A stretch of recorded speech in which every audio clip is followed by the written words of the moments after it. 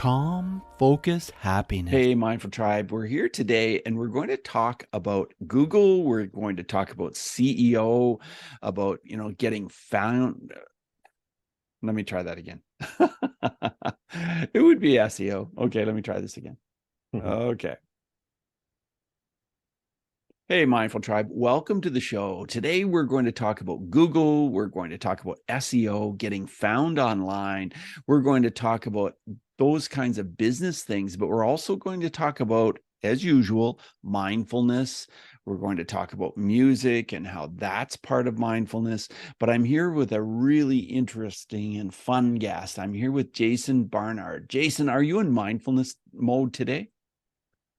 I wasn't, but since I started talking to you, I am.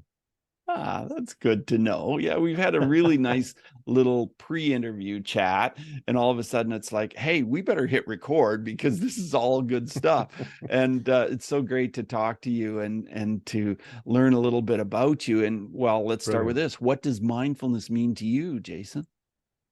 Yeah, I was looking at that question earlier on and thinking about all the different things that come to mind when I think about mindfulness. And we were just talking about music, and I'd like to dig into that a little bit because it's an interesting concept, an interesting thing that I hadn't really thought about in terms of why I play music and how I play music. Yeah. But generally speaking, I look at it as being hyper aware of what's actually happening in the moment and hyper aware of the people around you and how they feel. And I'm actually told that I tend to do that too much. I think about too much about how other people are experiencing what's going on, and I obviously have no idea. So one thing I need to do to be more mindful is to be mindful of the fact that I don't know what other people are thinking, how other people are feeling. That's true. We can't assume, that's for sure. Well, let's talk about music. You've done music for a long time. Tell us about your experience being a musician. Yeah, I was a punk folk double bass player in France, where I live now. I moved from the UK and joined a band and became a professional punk folk musician, and we made a very bad living, but we still made a living. And I actually, at the time, thought that I wasn't really a musician. I was just playing for the show. I wanted to be on stage and I wanted to make people happy. And I wanted that experience. And when you're playing a gig, you're really in the moment of what you're doing and how it affects other people. Yeah. And turns out I am actually quite a good musician. But at the time, I was simply there for the show and the experience of seeing a crowd of people enjoying what we were doing and taking them on a journey with us with our music. Right. That's fascinating. Did you have a tough time at first when you got in front of big crowds on the stage? Did you feel nervousness? How did you deal with that experience? Well, that's an interesting question, because I talked to the drummer, who is a seriously very, very, very, very good drummer. And he would feel sick before a concert and feel so nervous that he would feel sick. And I was going, you've got no reason to feel nervous. You're so good. And he said, but if I don't feel nervous, I can't play. That's part of my makeup in terms of how I get on stage. I never felt nervous. And I don't know whether it's because it's a natural place for me to be, or a natural thing for me to be doing, or because we played a lot in the street before I got on to the bigger stages.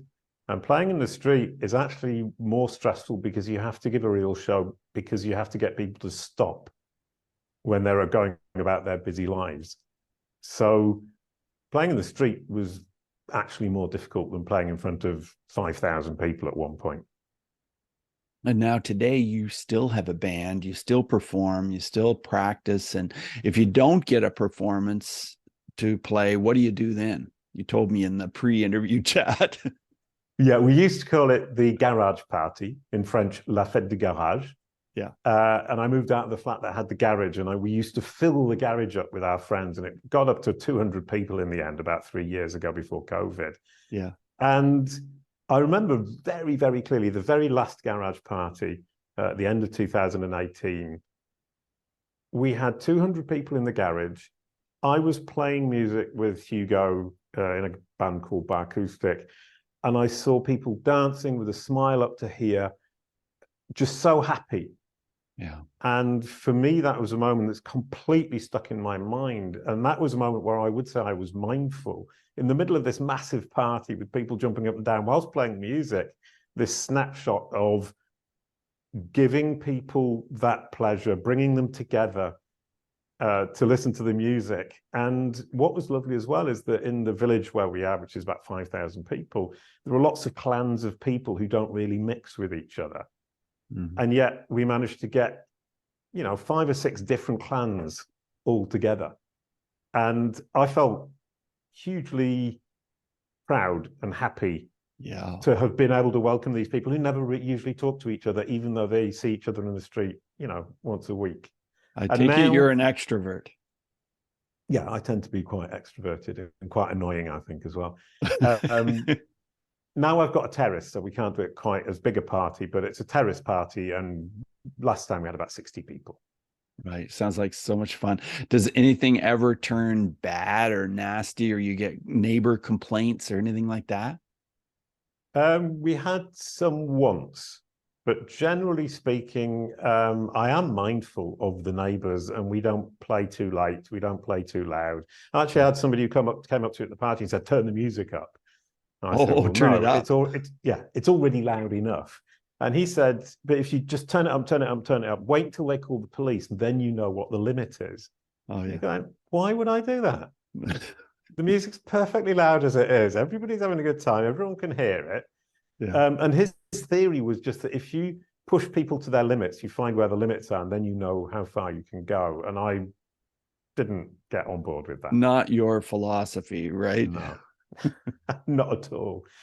And we actually had the neighbor who leaned out the window of the first party we did in this new place, and they said, "Oh, music," and they looked happy. So I said to them, "Come on down and join the party." And they said, "Oh, we haven't got a babysitter, but next time, definitely." And then shut the window, and that was it. And they're invited to the next party. That's cool. That's really fun. Most musicians who have done as much playing as you have some really, really interesting stories about being on the road and doing all these. Do you have any stories that pop into your head that might be somehow related to mindfulness? I think, being in the van is one of the things that people don't think about, because if you see a band, you see them play on stage. Let's say we're in front of 500 people. Lots of people dancing around, everyone's having a party.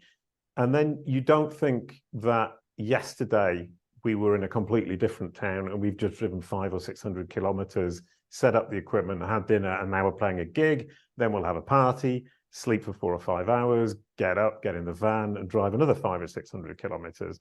And so every day you're driving 500 kilometers, let's say, and in a year we would drive over 100,000 kilometers.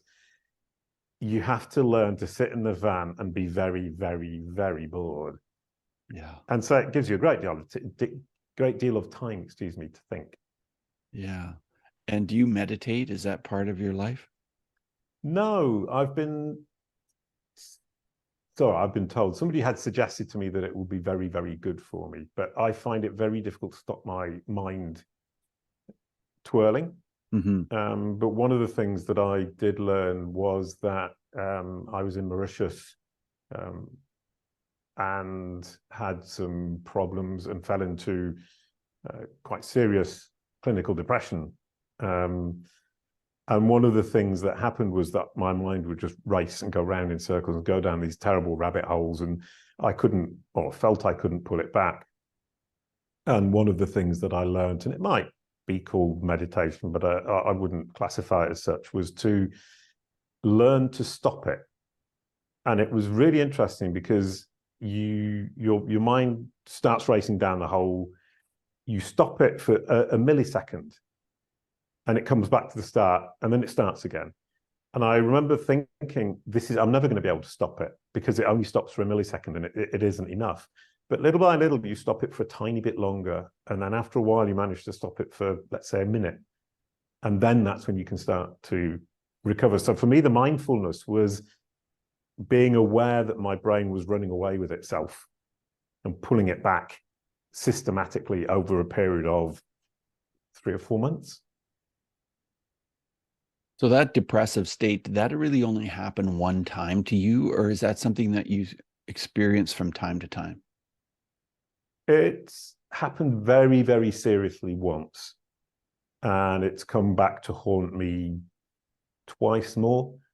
But one of the interesting things, I think, is once you've been right down to the bottom of that hole, you know where it is, Right. and makes it easier for you to understand that it isn't something that should control your life.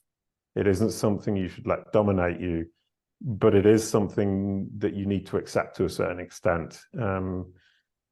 And from my perspective, knowing where the bottom was for me means that I can stay away from it now. Yeah. And what's your first move? Do you go toward music and think, oh, well, this is the way I'm feeling, but now I'm just going to play some music or something like that? I would love to say yes, but it isn't. Music does help, but it's hugely difficult for me to take action. The first thing I need to do is do small actions. Yeah. So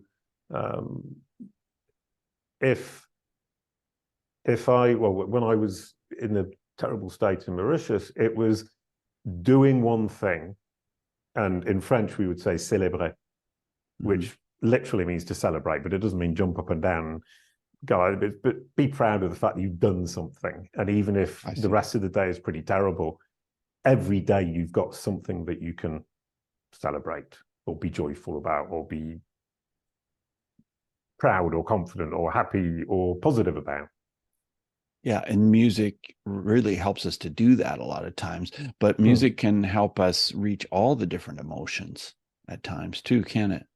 Yeah, I find singing is the number one best thing for that, and singing at the top of my lungs. I mean, I've got quite a deep voice, and I can sing in tune, and I'm a singer. Yeah. So I can sing, and that does immediately bring positive emotion. As long as you're not singing terrible blues songs, not terrible bad, as in bad, but some depressing blues songs. Depressing, discouraging, yes. But I wrote some songs for kids. So one thing I did was sing those to myself. Oh, did you ever make an album of songs for kids? Yeah, I made two. After the punk folk music career, I then had a cartoon career where I was a blue dog in a cartoon. And my ex-wife was a yellow koala. Yeah, a lot of people have probably seen that. Tell us about that. Yeah, I mean, Boo and Koala, big blue dog, little yellow koala. Oh, yes. And it was games and songs and animations and a TV series and two music albums. And I wrote, I think, 96 songs for kids, some of which are rather good and some of which are fairly appalling, as you would expect. But they all have one thing in common, is that they're very cheerful. And I think by nature, deep down, that's exactly what I am and who I am. And the fact of being able to sing them and that they mean something to me was hugely helpful. Right. And so am I right that series is called In the Naughties? No, that's me trying to be funny. It's called that's Boo you and being Koala. funny. Okay, tell me more then. The series is called and what? Koala. Boo and Koala, sorry. Oh, okay. I see. And can we find that like on YouTube or something? Yeah, there are a few episodes on YouTube. There are lots of the songs on YouTube. So if you just search Boowa and Koala, Boowa and Kwala, you'll find songs of Boowa and Koala and animations. And it's really, really sweet and really lovely. And I think brought positive energy to the world, which is something I'm hugely proud of. Well, you spent 12 years on a desert island. Now, Yeah. mind you, it's not a tiny desert island, right? But tell us about that experience and what it did for you. Yeah, well, that was making the Blue Dog cartoons. Oh, that's when you made that. Okay. Because it was in 2000 when everyone was saying you can go anywhere in the world and run an internet company. And we just spun the globe and picked Mauritius, which is a tropical island off the coast of Madagascar. Yes. So it's all beaches all the way around with palm trees and lovely little houses and delightful cheerful, welcoming people, some really good food, some really great times. But 12 years on a tropical island got a bit boring, I have to say. But was it mindful? It was actually, yes. I think it was a combination of it's sunny almost all the time. Yeah. The people are incredibly kind and generous. And we were making cartoons for kids. And we brought up our daughter in that atmosphere. And it was an atmosphere for most of the 12 years of calm and idyllic existence whilst producing an immense amount of great content for kids. So it was a strange combination of feeling relaxed, feeling happy, and creating vast amounts of content, working incredibly hard, but never really feeling the strain. That's incredible. What do you think that did for your daughter, and what did it do for her as a person as she grew up in that environment? I don't think she could have wished for a better childhood. Sunny all year round, kind and gentle people, as I said. She was naturally very cheerful. We were very present as parents, and she helped us with the cartoon. So she was part of our work, and we were also a great part of her life because there were lots of things going on and because we had the time. For some reason, we had an immense amount of time. And I seem to remember people telling me after your childhood, when you think you have or you feel you have immense amounts of time, so much that you get very bored, that never happens again. And now I think about it, now you ask about it, that time in Mauritius did feel like I had that childhood time back. Yeah, that sounds like an amazing existence, and for so long. Like some people maybe go to a place like that for 1 or 2 years, but you were there for 12 years. Yeah, and as you said, for my daughter, that was her whole childhood. We got there when Yes. she was 3 and we left when she was 15. Right. And so she had that perfect period of time from 3, when you start to understand the world around you, to 15, when you don't want to be stuck on a desert island and you want to be going out with friends in Paris or in Nîmes in the south of France. Then she got the perfect timing, and it was worked out beautifully from that perspective. So she then got back to Europe and got the pleasures of a busy city life, having made the most of a tropical island for 12, 13 years. Well, now you work with Google, or at least you work on CEO to help people get found on Google. And it sounds like you have a really interesting approach, and you tell people to think of Google as a child. Tell us about that. Yeah, right. Well, if you look at what Google's trying to do, it's trying to satisfy its users when its users ask it a question or explain a problem. So if you're searching on Google, you're looking to the solution for a problem or the answer to a question. And in order to answer that question, it needs to understand who has the answer. So we need to educate it that we have the answer. So from Google's perspective, it's a hungry child, or a child hungry for knowledge, rather, who wants to understand everything about you.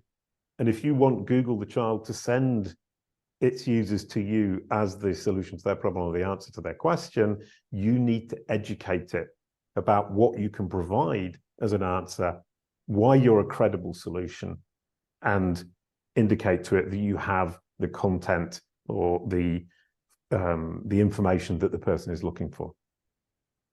Right. And you're known as the brand SERP guy, SERP. Now, some of my listeners may not know what SERP is. You can tell us. Right. Yeah. SERP is search engine results page. Yes. So it's the page you see on Google when you search. And a brand SERP is the search engine results page for your brand name or your personal name. So it's like your Google business card. And there, educating Google really comes into its own, because there what you're trying to do is educate Google what content, what information is interesting and pertinent and helpful to your audience, so that it can present you to your audience when they Google your name in the best possible light. So when you work with a business to get found online this way, what are some of the first things you do? What's your approach? First thing we do is look at their digital footprint. We collect all of the information about them that's out all around on the web, especially their social profiles, their website, and articles they might have published. And for a company, articles about the company, review platforms, so on and so forth, so that we have an idea of what a mess they've made of it, because everybody has made a mess of their digital footprint, and we clean that up. Which means that what we do is clarify for this child that is Google what it is it needs to understand about the person or the company. And then, of course, we work on the website to make sure that the website is incredibly clear about who they are, what they do, and which audience they serve. And why, indeed, Google should choose them, why they're a credible solution for the user in the wider sense of SEO. But when focusing on the brand SERP, that search engine results page for your brand name or your personal name, we're simply trying to get Google to represent you the way you intend to be represented. So your brand narrative and your brand message is presented by Google in the way that you wish. So is this as much fun for you as playing a character, a cartoon character in a TV show? Strangely enough, yes, it is. I loved being in a band, standing on stage, playing the double bass, punk folk, absolutely brilliant. I loved being a blue dog. That was so much fun. And both of those are things that I would do again if I had the opportunity.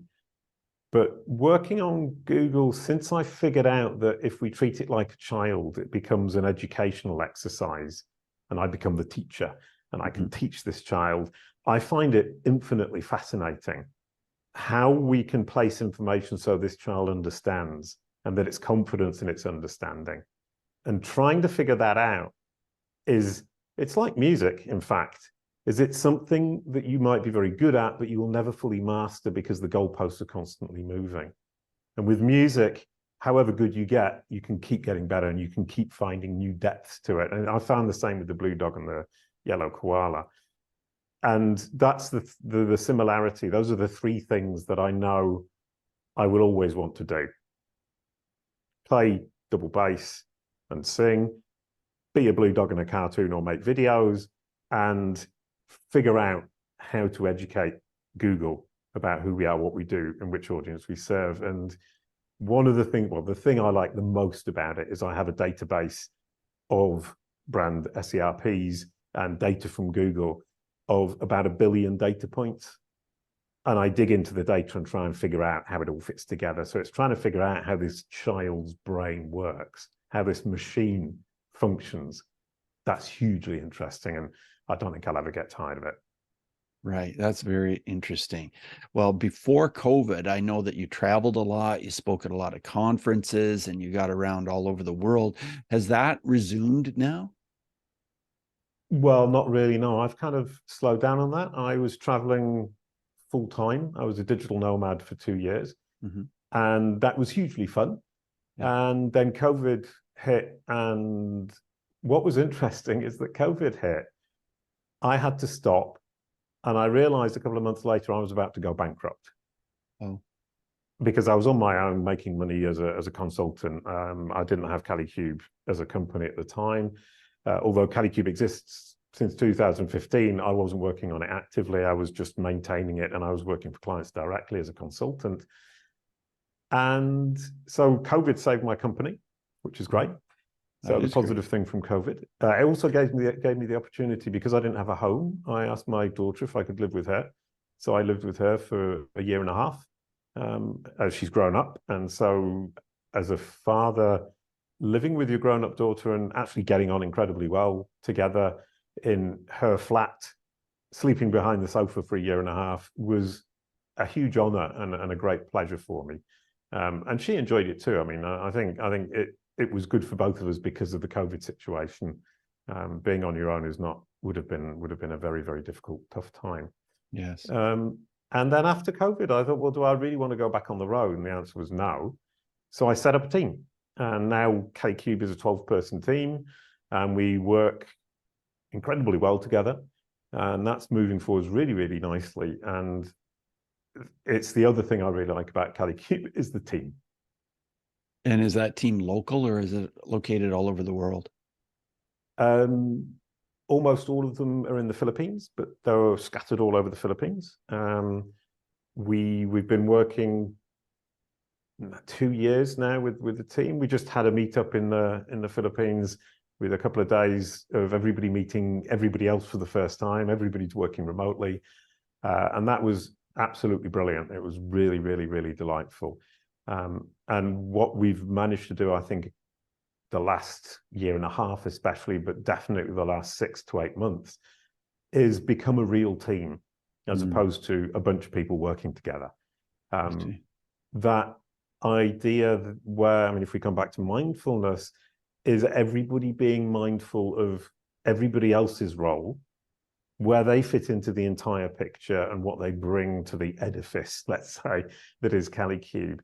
And I've seen, well, for me at least, it's become hugely more enjoyable as people take on more responsibility and also work as a whole team. I can feel the whole team moving together towards the goals that we've set ourselves.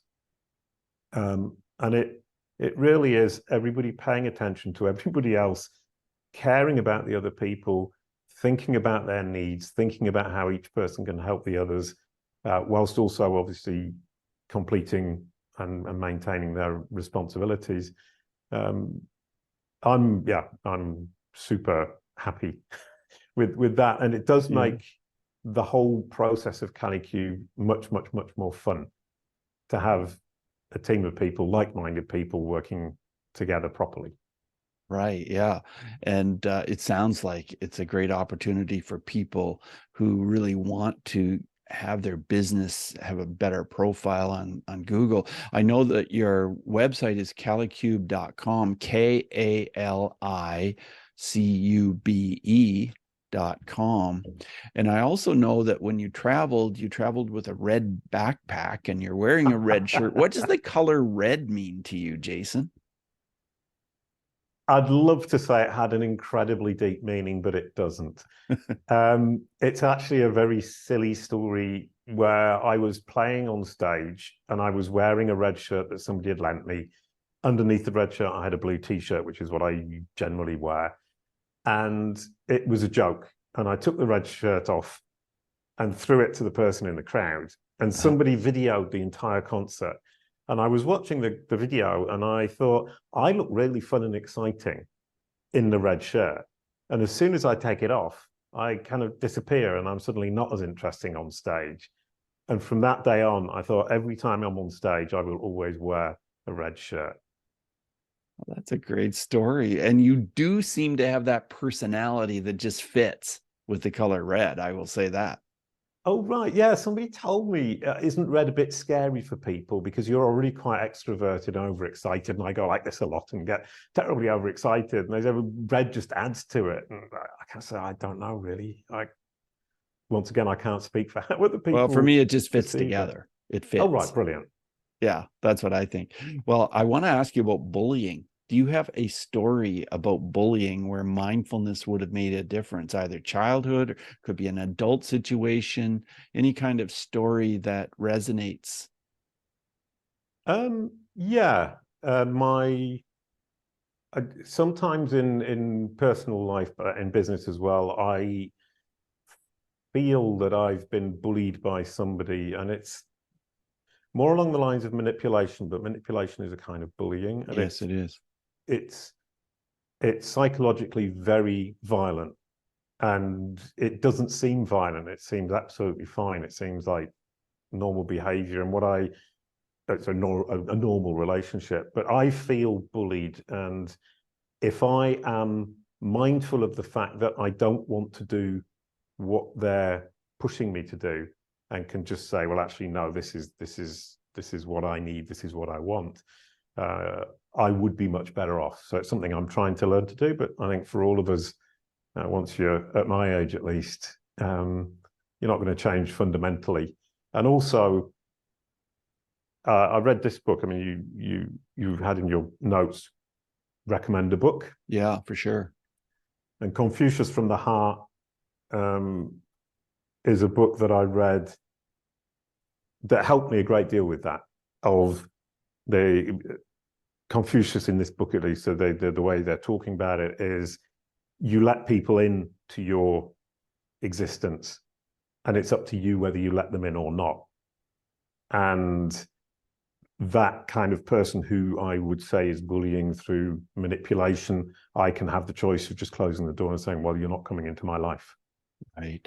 And that's something hugely important, of being mindful of the fact that they're trying to invade a space that you don't want them in, and that you have the right to say no. Yeah. Jason, who's the author of that book? You, Dan. Okay. And is it called Confucius from the Heart? Oh, yeah, it is. Yeah. Confucius from the Heart. Yes. You, Dan, Y-U, and then D-A-N. I've not read this book. It looks really interesting. Yeah, it was hugely helpful to me. Several things, that story about letting people in, and you have the choice of whether you let them in or not. And also look at the things that you can change and do your utmost to change them to what you want them to be. And look at the things that you can't change and accept them. And that helped me in my most difficult time, towards the end at Mauritius, to learn to identify things that I can't control and accept them and work with them in my life, even though I don't necessarily want them. Yeah. Yeah. Good advice. Yeah. This sounds like a very interesting book. I'll look it up myself, and I'd like to read it because I haven't had anybody recommend that book before. Right. Yeah. I mean, it's a bit hyperbole, but it saved my life. Wow. Well, that's quite a statement. It saved your life. Wow. That's a very powerful book. I don't know if it's powerful for everybody, but it was exactly the book I needed at exactly the time I needed at that it. time. Yeah. And it gave me that patience and acceptance to get through a very difficult time for myself. Right. So I'm not saying to anybody this is going to change your life, but I am saying it saved mine. Yes, for sure. Yeah, Jason, as we move forward in the interview, I want to ask you 5 quick answer questions. So just 30-second answers are perfect. The first one is this: who is one person who has been a powerful mindfulness influence in your life? Oh, I've got no idea. It probably would be Buwa. Okay. But that's maybe cheating because it's me. But actually, Buwa is a creation of both me and my wife, or my ex-wife. So Buwa's personality was an incredible calming influence on me. And Buwa's personality rubbed off on me, and Buwa is a deeply, deeply kind, generous, thoughtful, and mindful character. And I think I came out of the Buwa and Kuala experience more mindful, more thoughtful, and more caring. Well, that makes sense. It really does. Doesn't it? Yeah. I also went a bit mad because I thought I was Buwa the blue dog, and that was a bit strange, but yeah. Right, sure. Well, I can imagine after doing that many episodes that you would start to feel like that. Yeah. Yeah. My second question is about emotions and how mindfulness has helped you to deal with your emotions. Being aware that you can't change something and learning to accept it reduces massively frustration for me. So one thing that I got out of my experience in Mauritius and my depression was that frustration in my life reduced significantly afterwards, because I could accept that things move at the speed they move at. If I can't change that speed, then I need to accept that speed. If something I don't appreciate or don't want in my life or happening, if I can't change it, I need to accept it. And reduces stress and reduces frustration. And it's been life-changing. Right. Yeah. Let's talk about breathing. Is there a thought that you can share with us about breathing and how maybe that's had an effect on the level of mindfulness in your life? No, the only time I ever focus on my own breathing is when I'm singing. Okay. And what I've learned from singing is that I've got quite powerful lungs, so I can actually get a lot of air in and sing quite a lot of time without Okay. taking another breath. So one of the things that I do when I'm singing, I'm playing the double bass, which is a very energetic instrument, Yes. is learn to breathe incredibly deeply. Mhm. And that maybe adds to the pleasure of playing the music, because I would imagine I'm getting huge hits of oxygen every time I do that. I'm sure you are. Yeah. Well, my next two questions were going to be about a book, which you've already talked about. Oh, I'm And sorry. I no, spoiled no, the don't be fun. sorry at all. No, it's perfectly fine. And an app, is there any app that you want to mention that's related to mindfulness? No, I don't actually use much in the way of apps. I spend an awful lot of time listening to music, as you would Mhm. expect. Yeah. So I'm not particularly recommending Spotify over anybody else. I just happen to have Spotify. And one of the things I love about the new world where you access streaming music is that I can explore. And somebody mentions an artist and you can listen to it. And I remember as a kid having to save up to buy music albums, and if you got it wrong, you were hugely frustrated and disappointed. Unfortunately, at that time, I hadn't read Confucius, so I was still frustrated and annoyed at this kind of thing. Yeah. And yeah, I love the aspect of exploring. So it's not necessarily mindful, but it's opening my mind to things that I perhaps wouldn't otherwise be hearing. Yeah. Well, it's pretty incredible that we live in a world where you can just in a moment search for any music, any musician, and hear what they sound like right away. Yeah, that's amazing. It is, yeah. Yeah. Well, as we wrap up the interview, Jason, I just want to ask you if you have any final words of advice, because boy, you've had a lot of fascinating experiences and you're a real amazing person to talk to. Do you have any final words of advice for our Mindful Tribe listeners? Yeah, I think within the CaliCube team, we talk a lot about moving forward step by step and not getting overwhelmed. I tend to want to do everything immediately. That's my nature. And that can stress other people out. And what we now talk about a great deal is let's move forward step by step with our own projects, make sure our projects all fit into the overall puzzle of what we're trying to achieve at CaliCube. Everybody pulls their weight, everyone moves forwards, and there is no point in getting annoyed with somebody because they're not moving as fast as you would like. You need to better to encourage them to move forward and help them to move forwards. So yeah, I'm enjoying team life, and it's really, really delightful because it's the first time in my life that I feel the team in this way. And yet, when I'm in a music group, I'm in a team. When I was doing Buwa and Kuala, it was a team with my ex-wife, my daughter, and the people we were working on the animations for. And this is the first time where I've really explicitly thought I'm going to build a team as opposed to a team coming together naturally. Well, it's really fascinating to talk to you. And I want to ask you one final question before we say goodbye. And that is, where did you get the name CaliCube, KALICUBE? Where did you get that name? There was a lot of thought that went into that.